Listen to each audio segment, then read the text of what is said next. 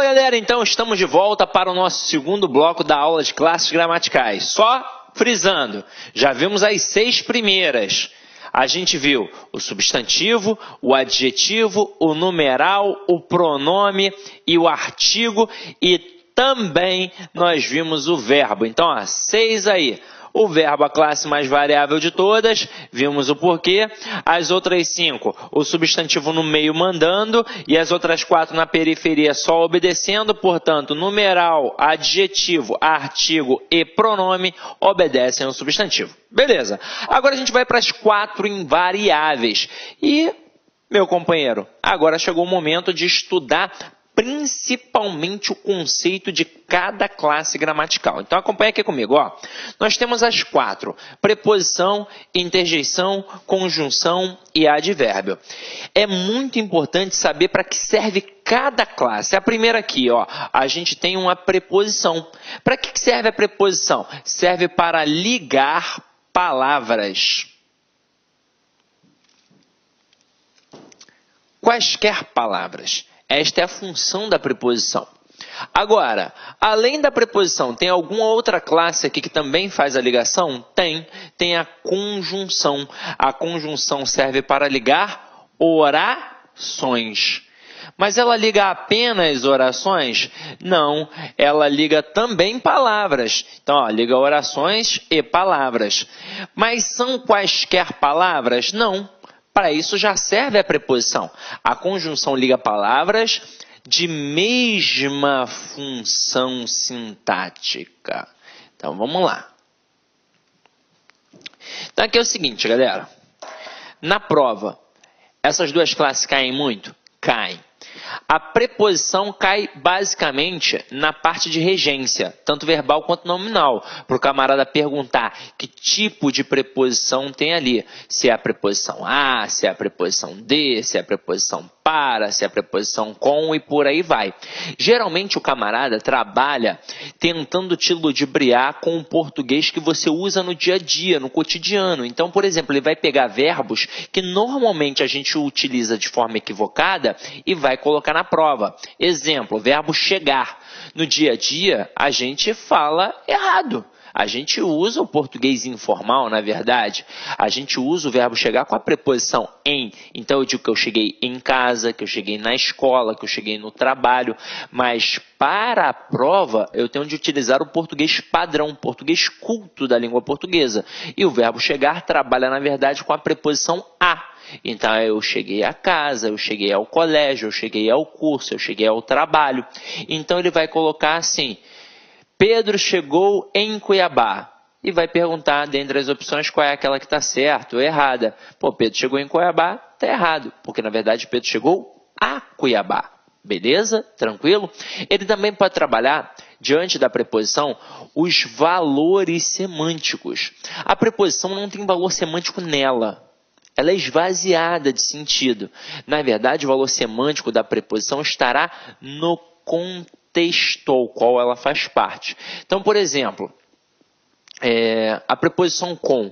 Normalmente o camarada cobra o valor semântico da preposição com, aí o aluno pensa que é valor semântico de companhia, sempre.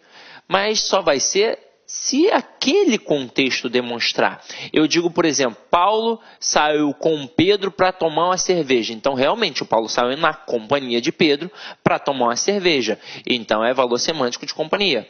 Agora, se eu falar que o Paulo feriu Pedro com uma faca, já não pode ser mais companhia. Agora vai ser o quê? Vai ser instrumento, porque ele utilizou a faca como instrumento. E isso é fácil, ou seja, pedir o valor semântico da preposição é, na verdade, mais do que uma questão de classe gramatical, é uma questão de interpretação. Você vai analisar o contexto, beleza? E aí, diante disso, o camarada pode te cobrar também se a preposição é nocional ou relacional. O que é uma preposição relacional? É uma preposição esvaziada realmente de sentido total. Ela é a preposição do objeto indireto. Por exemplo, quando eu digo Pedro precisa de um relógio. Quem precisa de alguma coisa. Então, aquela preposição está ali apenas para ligar o objeto ao verbo. É uma preposição relacional. Agora, quando eu digo Pedro comeu do bolo, ali eu tenho um objeto direto preposicionado.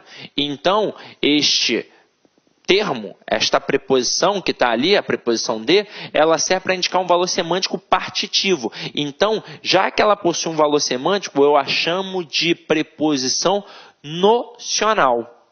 Só para título de curiosidade. Depois a gente vai estudar mais um pouquinho sobre a preposição, tá? Na aula de regência. Agora, quando a gente fala em conjunção, esta sim merece toda a nossa atenção. Ela é, sem sombra de dúvidas, a menina dos olhos da língua portuguesa. Eu ouso dizer que se eu não sei conjunção, eu não sei interpretar e não sei fazer uma redação. Afinal de contas, como é que você vai indicar causa, consequência, finalidade, oposição, conclusão, se você não sabe conjunção? Então, a conjunção vai influenciar significativamente para a análise dos textos e também para a produção textual. Então, tem de aprender conjunção. Como é que a gente aprende conjunção? Em casa, sozinho. Agora, vou dar o bizu aqui para vocês, ó. Primeira coisa que você vai fazer, você vai lá no meu site, cidconcursos.com.br, no menu Documentos,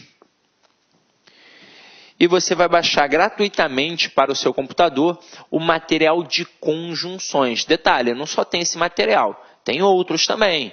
Tem alguns simulados, algumas aulas gratuitas e por aí vai. O que você vai fazer depois disso? Você vai montar quadrinhos na sua casa. 2 quadrinhos, ó. Falei de conjunções. Você vai montar 2 quadrinhos.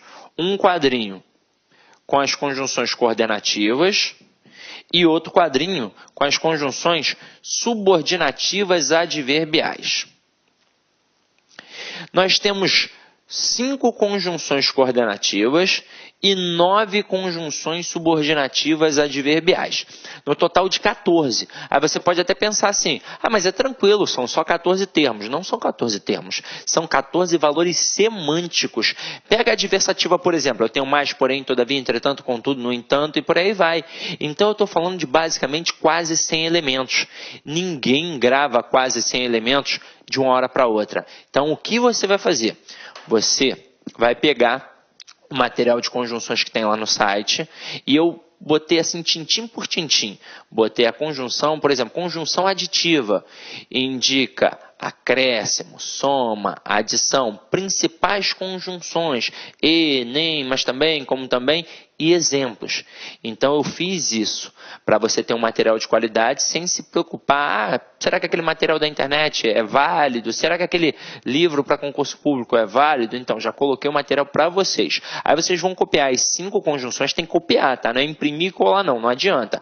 Na hora que você copia, está mais do que provado que na hora que você anota, o processo de aquisição do conhecimento está automaticamente ligado, diretamente ligado ao processo de escrita. Então já copiou ali, já anotou, já transcreveu, isso já vai te auxiliar para poder gravar.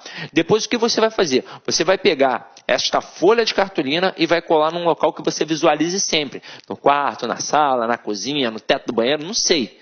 Cid, mas isso é coisa de maluco. Coisa de maluco é não passar na prova. Você tem de fazer isso pelo menos até a época da prova. Até mesmo porque isso aqui é a base da argumentação.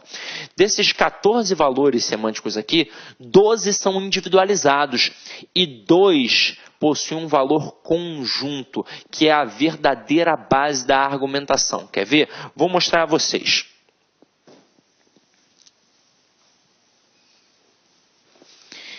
Isso aqui que eu vou mostrar, você deve visualizar sempre, porque é muito importante, é a base da oposição.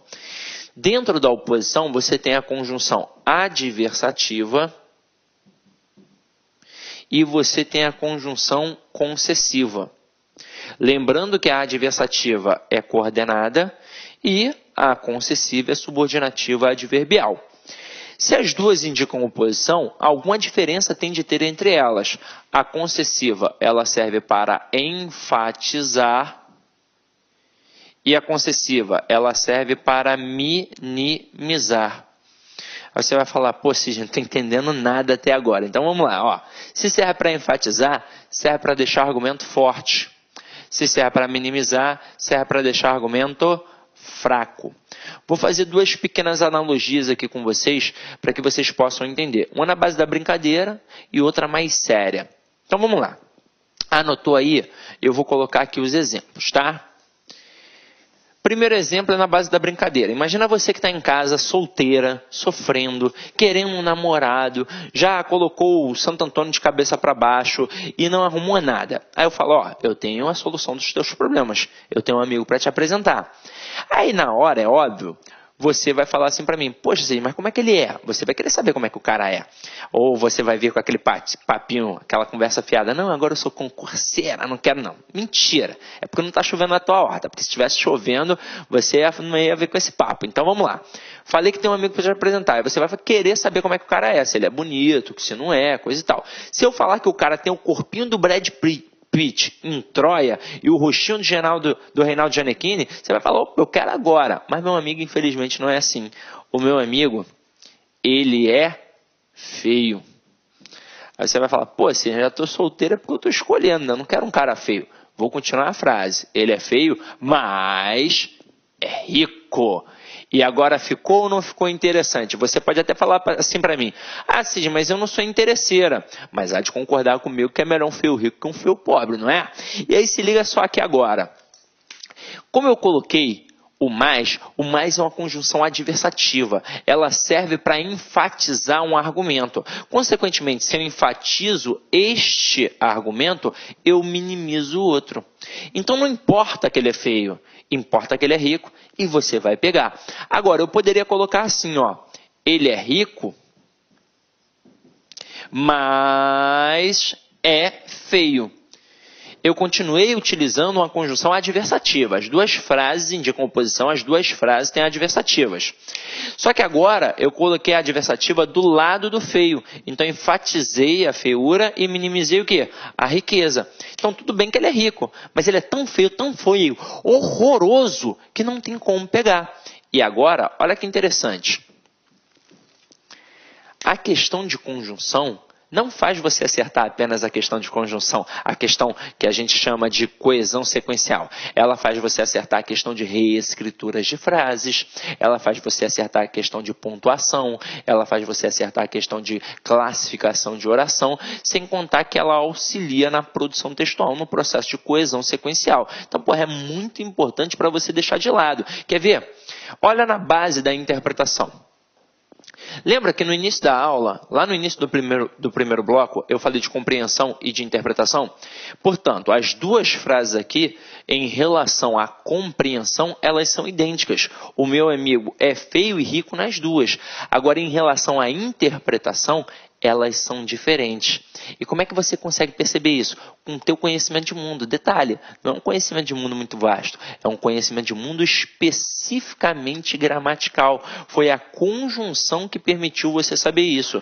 Em todo ato de fala, em todo ato de comunicação, sempre tem duas coisas, emissor e receptor. Então, sou emissor, você, menina que está aí em casa agora, você é receptora. Se eu falar que o meu amigo é feio, mas é rico, eu estou argumentando em prol do meu amigo. Eu estou tentando convencer você de ficar com o meu amigo. Agora, quando eu digo que o meu amigo é rico, mas é feio, eu estou argumentando contra o meu amigo. Eu estou tentando convencer você de não ficar com o meu amigo.